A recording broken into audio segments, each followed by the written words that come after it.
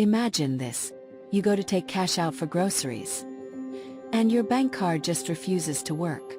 You walk into the branch expecting a quick fix, but instead, they lock every dollar you own for more than a month, and act like you're the problem. By the end of this story, my revenge had their social media flooded with complaints, and the bank manager personally begging me to take my money back. If you've ever had to deal with an arrogant bank, rude customer service, or just felt powerless when someone had control over your hard-earned money, hit that like button, subscribe, and stick around. This is one of the most satisfying stories of digital revenge you'll hear all week. When I first moved to my town, I thought supporting a small local credit union was the responsible thing to do. Support local businesses, right? I opened an account, deposited a chunk of savings, and thought that was that. But then came the day my card stopped working. It was a sunny Thursday afternoon, and I just wanted to grab some cash from the ATM. Instead, transaction declined. I walked inside the branch, a little embarrassed, thinking maybe I messed something up.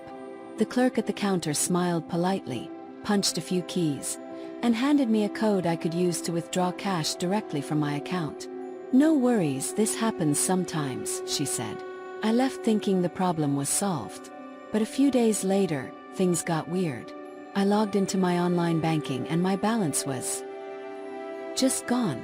Not spent, not withdrawn. Just sitting there, marked account under review. First, I wasn't too worried. I called their customer service line. Me. "Hi, I'm just wondering when my account will be unlocked." Rep. "It's under review. We can't give you a time frame." Her tone was sharp, almost smug, like I was a nuisance for daring to ask about my own money. A week went by, then two. Every time I called, I got a different rep, a different excuse, sometimes even thinly veiled hostility. One time, I asked if I could speak to a manager. Rep. "Well, maybe next time you should keep a better eye on your transactions before calling in."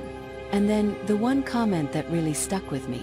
"You know, with a name like yours, maybe this kind of flag is understandable."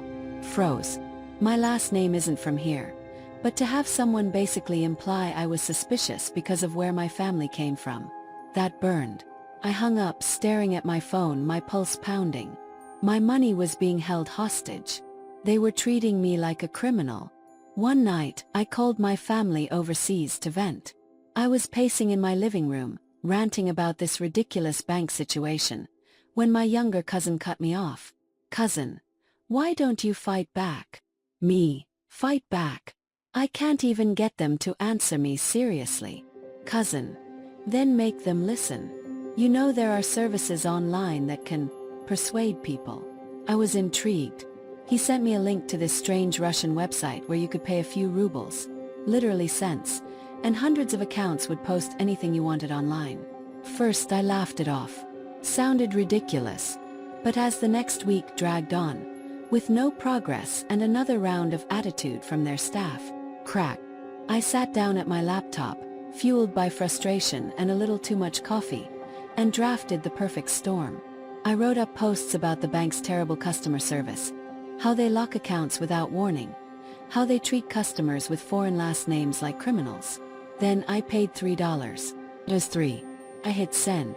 Within hours, the credit union's Facebook, Twitter, and Instagram were flooded. Hundreds of comments from seemingly normal-looking profiles. "This happened to me too. Beware this bank. They'll hold your money hostage. Worst customer service ever." It was glorious chaos. I refreshed their Facebook page every hour, grinning wider each time I saw their latest post getting buried under angry customers demanding answers. The next morning my phone rang. It was an unknown number. "Manager. Hello, this is the call center manager from bank name. We've reviewed your case. We want to apologize for the inconvenience and assure you your funds are being released immediately." Then came the kicker. "Additionally, we'd like to offer you $50 compensation, and we can transfer your entire balance to any bank you'd like, if you choose to close your account with us." I nearly burst out laughing. Oh, now they wanted to play nice. By the end of the call, my money was on its way to a new bank.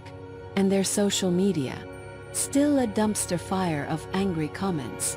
You know, people say revenge doesn't solve anything, but in this case it solved everything.